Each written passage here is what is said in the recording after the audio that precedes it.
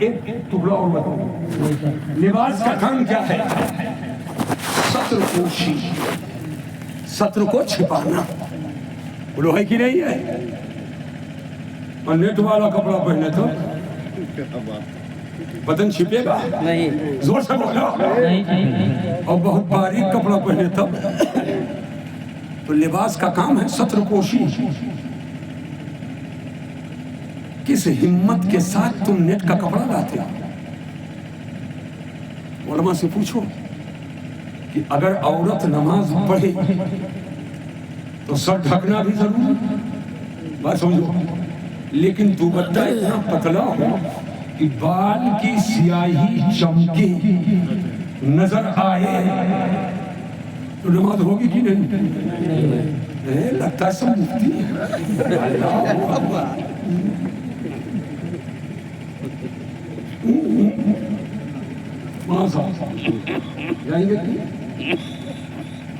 کہ تو مفتی تو نہیں مگر غلام مفتی ضرور، اتنا تو جانتا ہی ہوں کہ عورت سراپا عورت ہے۔ بے شک عورت کا خالی گھٹنا عورت نہیں ہے، خالی پیٹ عورت نہیں ہے، عورت کا پورا سراپا عورت ہے۔ تو اگر بال کی سیاہی نظر آ جائے تو نماز نہ ہو، بات سمجھ رہا، اور پورا بدن نظر آئے تو، اور وہ بھی تنہائی میں پڑھ رہی ہے، کوٹھری میں پڑھ رہی ہے، کوئی نہیں ہے، چپ چپ نماز پڑھ رہی ہے، اور دوپٹہ پتلا ہے، بال کی سیاہی نظر آئے تو نماز نہ ہو، نماز نہ ہو۔ تو چھید اور نیٹ والا کپڑا پہن کر جس سے بدن چمکے، یہ جائز ہے؟ زور سے بولو، زور سے بولو۔ آج لوگ کہتے ہیں کہ حضور بڑا گڑبڑ ماحول ہے، میں نے کہا کیا ہوا؟ کہا عزتیں محفوظ نہیں ہے۔ میں نے کہا سنو، ادھر سنو، جب بات آئی ہے تو سمجھا دو لوگوں کو۔ ہیرا، ہیرا کا نام سنے ہو کہ نہیں؟ ارے ہیرا ہو، کھیرا نہیں، ہیرا چمکتا ہے، چمکتا ہے نا؟ بغلی جیب میں رکھ لیے، اب بالکل پتلا کپڑا پہنے تھے، جہاں چمک رہا ہے، اور روڈ ویز پر گئے، بس پہ بیٹھے سیٹ پہ، بغل والا چمک دیکھا، ایسے دیکھتا ہے، سمجھ گیا کہ کچھ ہے معاملہ، یہ چمک کیوں رہا ہے؟ غور سے دیکھا کہ ہیروے تو ہو، نیت بدل گئی، چپکے سے ہاتھ ڈالا، نکالا، چلایا، ارے روکو روکو، ہمیں تو یوں اترنا تھا، آگے چلے آئے، اتر گیا۔ جب چلا گیا اور تلسی پور اترے، جیب میں ہاتھ ڈالے، ہیرا غائب۔ کیوں غائب ہوا؟ اس کو کیا پتا تم ہیرا رکھے ہو؟ چمک نظر آ گئی، چمک نظر آ گئی تو ہیرا سے ہاتھ دھو بیٹھے۔ اب اگر عورتوں کا بدن چمک جائے تو دل بدلے گا، عزتوں پہ حملہ ہوگا، لہذا چاہتے ہو عزتیں محفوظ رہے تو عورتوں کو پردہ میں رکھو، ان کے بدن کو بھی چھپاؤ اور ان کے چہرے کو بھی چھپاؤ۔ بولو، سمجھ میں بات آ رہی ہے کہ نہیں آ رہی؟ زور سے بولو، بات سمجھ میں آ رہی ہے کہ نہیں آ رہی ہے؟ اور سن لیجئے، لباس کا کام ہے ستر پوشی، لیکن جہاں ستر پوشی اس کا کام ہے، وہیں اس کا کام ہے عیب پوشی۔ ستر پوشی، عیب پوشی۔ مثلا آپ کے پیٹ میں ایک ایسا پھوڑا ہے کہ لوگ دیکھ کر کے گھن کرتے ہیں، نہ بغل میں بیٹھتے ہیں نہ بیٹھنے دیتے ہیں، نفرت کرتے ہیں، اور اوپر سے کپڑا ڈال لیا، لباس پہن لیا، چھپا کہ نہیں چھپا؟ زور سے بولو، چھپا کہ نہیں چھپا؟ اب چاہے جس کے بغل بیٹھ جاؤ، کوئی نفرت نہیں کر رہا۔ تو لباس سے جہاں ستر پوشی ہے وہیں عیب پوشی ہے۔ اب سمجھو قرآن، اللہ فرماتا ہے عورتیں مرد کے لیے لباس اور مرد عورت کے لیے لباس۔ لباس کا کام ستر پوشی اور عیب پوشی ہے، یعنی ایک مرد کو چاہیے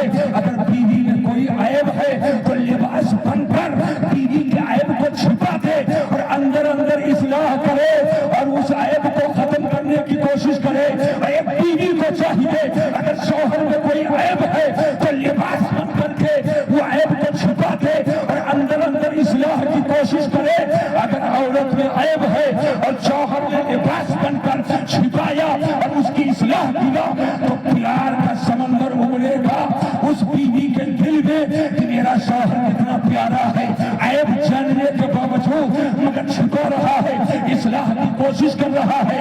ہم توبہ کر لیں، اور اگر شوہر میں عیب ہے اور بیوی چھپائے تو شوہر کے دل میں محبت کا ایک دریا موجود ہوگا۔ بیوی کتنی پیاری ہے، یہ عیب جان کر چھپا رہی ہے، اب توبہ کی توفیق ملی، وہ اس عیب کو ختم کر لیا۔ اگر ایک جذبہ میاں بیوی میں ہو جائے تو نفرت کی دیوار گرے گی اور محبت کی دیوار۔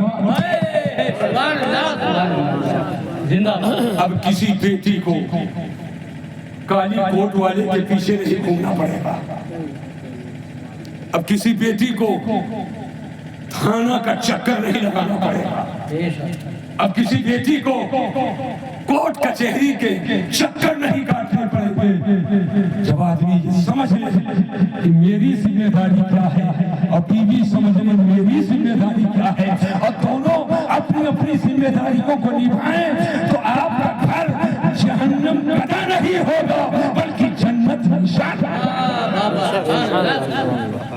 بولے بات سمجھ میں آ گئی کہ نہیں آ گئی؟ ایک آخری بات اور بتاتا ہوں، انشاءاللہ ملاقاتیں ہوتی رہی اور گفتگو ہوتی رہے۔ ایک آخری بات اور بتا دیتا ہوں، بتاؤں کہ نہ بتاؤں؟ زور سے بولو، بتاؤں؟ سنو،